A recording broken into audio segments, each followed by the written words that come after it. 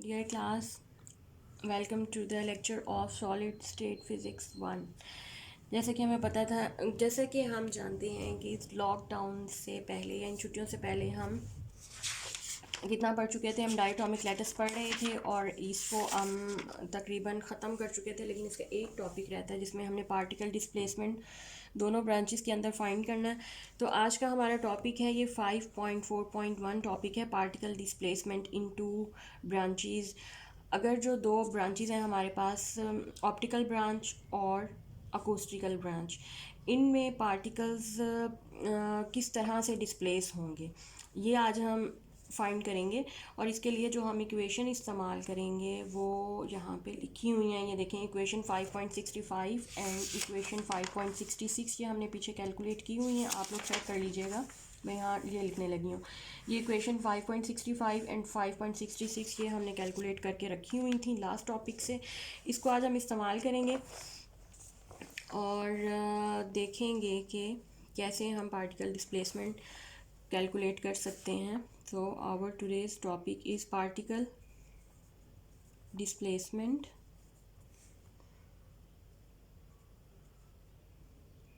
into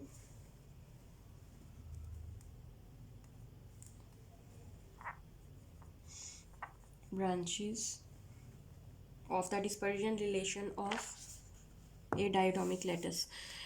अच्छा, इसके लिए हम पहले ऑप्टिकल ब्रांच का कंसिडर करते हैं कि ऑप्टिकल ब्रांच में एटम्स किस तरह से वाइब्रेट कर रहे होंगे। ऑप्टिकल ब्रांच, अच्छा, ऑप्टिकल ब्रांच में इसको हम एक्सप्लेन कर सकते हैं तभी अगर हम फाइंड कर लें A1/A2 रेशो, ये दोनों एम्पलीट्यूड की रेशो क्या होगी, और किस हमने लिमिट पे फाइंड करना है, व्हेन K टेंड्स टू 0।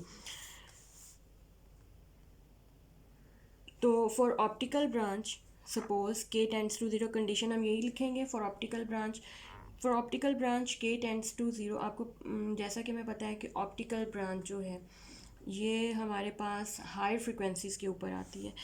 तो यहाँ पे हम K टेंड्स टू 0 को का मतलब ले सकते हैं कि कॉस के ए की लिमिट 1 हो जाएगी। जब ये 1 आ जाता है आपके पास, तो अब इक्वेशन 5.65 आपकी रिड्यूस हो जाएगी। उसमें आपने कुछ भी नहीं करना, सिर्फ कॉस ए के ए को 1 पुट करना है। Equation 5.65 gives 2 beta minus m1 omega square a1 minus 2 beta a2 is equal to 0। Okay, अब इसको आप सॉल्व कर लें ओमेगा स्क्वायर ऑफ 2 बीटा के लिए। अब इसमें आप a1 को अंदर मल्टीप्लाई कर दें और फिर हम इसमें से ओमेगा स्क्वायर वाले टर्म्स को एक तरफ कर लेंगे और a1 और a2 वाली टर्म्स को दूसरी तरफ कर लेंगे। तो ये आ जाएगा 2 beta a1 minus m1 omega square a1 minus 2 beta a2 is equal to. अच्छा, इसमें आप देखें कि एक तो हमने ओमेगा स्क्वायर वाली टर्म को अलग कर लेना है, m1 a1 omega square is equal to 0, और इन टर्म्स में से हम a1 माइनस a2 को कॉमन ले सकते हैं। 2 बीटा इसमें से और इसमें से कॉमन आ जाएगा और बाकी इक्वेशन वैसे ही आ जाएगी। इसमें से अब हम इसको लिख सकते हैं 1 minus a2, 2 beta is equal to m1 a1 omega square, और इसमें से अब हम ये वैल्यू कैलकुलेट कर सकते हैं, ओमेगा स्क्वायर ओवर 2 बीटा दूसरी तरफ हो जाएगा a1 minus a2 divided by m1 a1। ये इक्वेशन आपकी 5.72 आ गई है।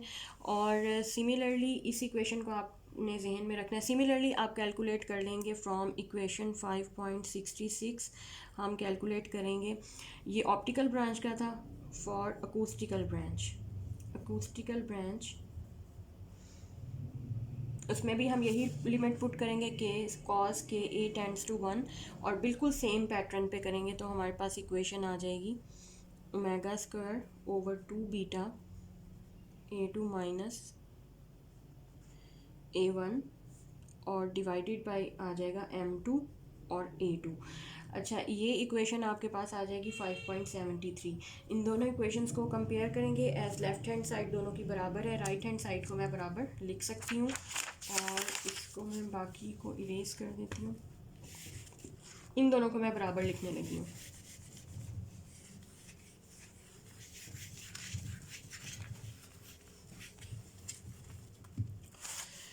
सो we will left with a1 minus a2 divided by m1 a1, a2 minus a1 divided by m2 a2।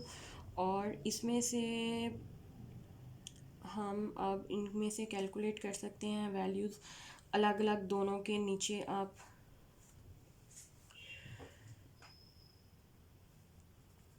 इसको आप मज़ीद सिंप्लीफाई करें, a1 over m1 a1 minus a2 over m1 a1, a2 over m2 a2 minus a1 over a2। हमें क्योंकि a1 over a2 की ratio चाहिए तो इसलिए हम इस सबको अलग अलग कर लिया, ये कैंसिल आउट हो जाएंगे। 1 over m1 minus a2 over m1 a1, a2 over m2 a2 minus a1 over a2।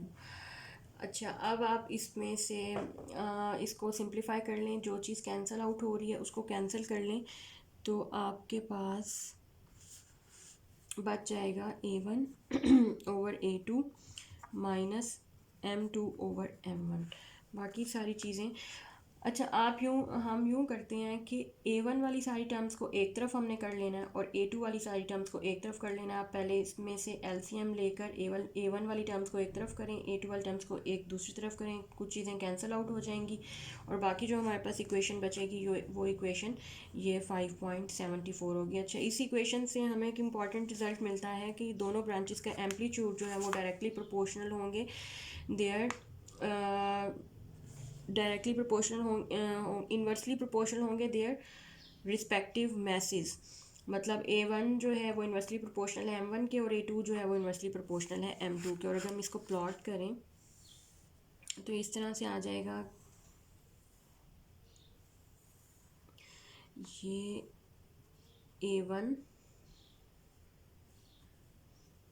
a1 और ये a2, अच्छा नहीं बना, a2 और ये a2 वाली ब्रांच। तो ये आपके पास के एक्सिस के अलॉन्ग, मतलब कि दोनों ब्रांचेस में एम्पलीट्यूड एक दूसरे के ऑपोजिट डायरेक्शन में होंगे। तो अब आ जाते हैं, ये कौन सी ब्रांच के लिए हमने किया था, ऑप्टिकल ब्रांच के लिए। अब हम यही चीज़ कैलकुलेट करेंगे अकूस्टिकल ब्रांच के लिए। देखेंगे कि वो उसमें हमारे पास एम्पलीट्यूड की रेशो क्या आती है, पार्टिकल डिस्प्लेसमेंट्स क्या आएंगे। अच्छा, अब आ जाता है केस फॉर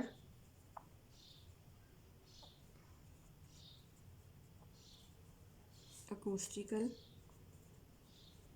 ब्रांच। अच्छा, अकूस्टिकल ब्रांच में k टेंड्स टू 0 का मतलब है कि 1 माइनस, याद रहे कि अकूस्टिकल ब्रांच हमारे पास लोअर फ्रीक्वेंसी ब्रांचेस हैं। सो इसमें कॉस के ए हमारे पास अप्रॉक्सीमेटली इक्वल होगा, ये सीरीज़ की फॉर्म में 1 माइनस के square a square by 2। Further हम निगलेक्ट कर देंगे।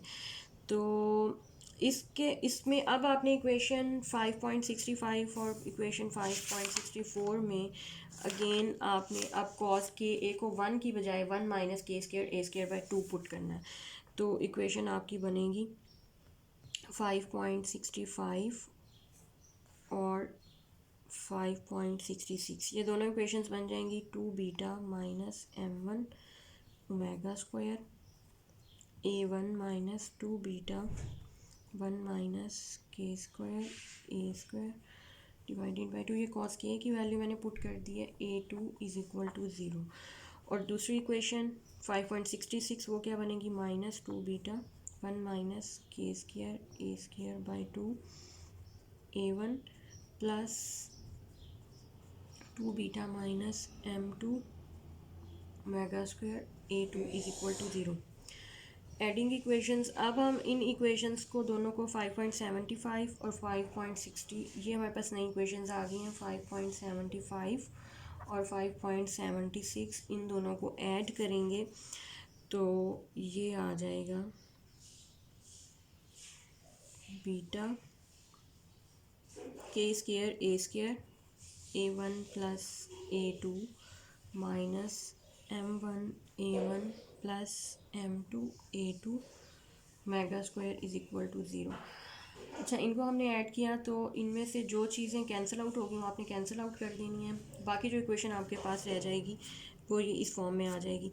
अच्छा, इसमें आपने एक सब्स्टिट्यूशन करनी है। ओमेगा स्क्वायर को यहाँ पे आपने ओमेगा स्क्वायर को अकोस्टिकल ब्रांच के लिए हमें अकोस्टिकल ब्रांच हमें पता है कि ओमेगा माइनस थी, ओमेगा माइनस स्क्वायर पुट करेंगे और ओमेगा माइनस स्क्वायर की वैल्यू इधर इक्वेशन में दी गई है omega minus square 2 beta over M1 plus M2 dot के स्क्वायर ए स्क्वायर। ये वैल्यू दी गई है, ये आपने यहाँ पुट करनी है। ठीक है, ये आपके पास एक लंबी सारी इक्वेशन बन जाएगी। इसको मैं अरेज कर देती हूँ। ये आपने यहाँ पुट करनी है तो ये इक्वेशन आपके पास बन जाएगी बीटा के square A1 plus A2 minus M1 A1 plus M2 A2 2 beta M1 plus M2 के square a square is equal to zero. ये ओमेगा स्क्वायर की भी वैल्यू मैंने पुट कर दी है। तो अब इसको हम सॉल्व कर लेते हैं।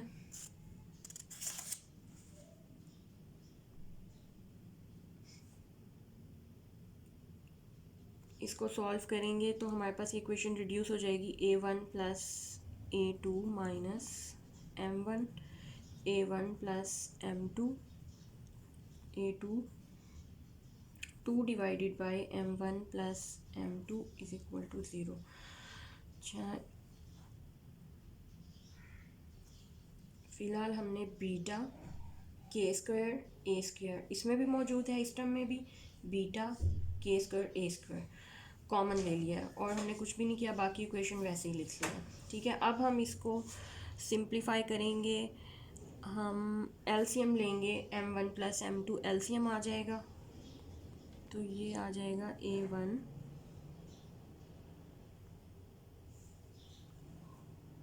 प्लस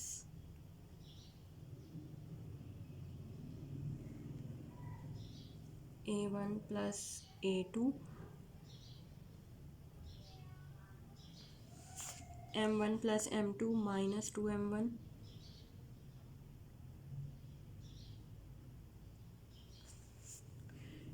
इसका हम एलसीएम लेंगे और उसको फिर डायरेक्ट इसने लिखा हुआ है, मैं आपको दोबारा बताऊंगी इसको क्या लिखेंगे। A1 M1 plus M2 minus 2M1 plus A2 M1 minus M2 is equal to zero. और इसमें से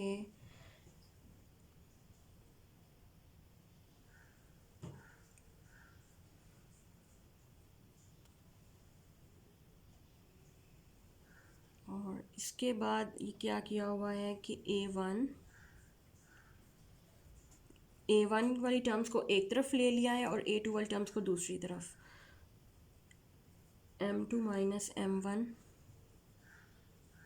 A2 M2 माइनस M1 और अब हम यहाँ से A1 और A2 का रेशो ले सकते हैं।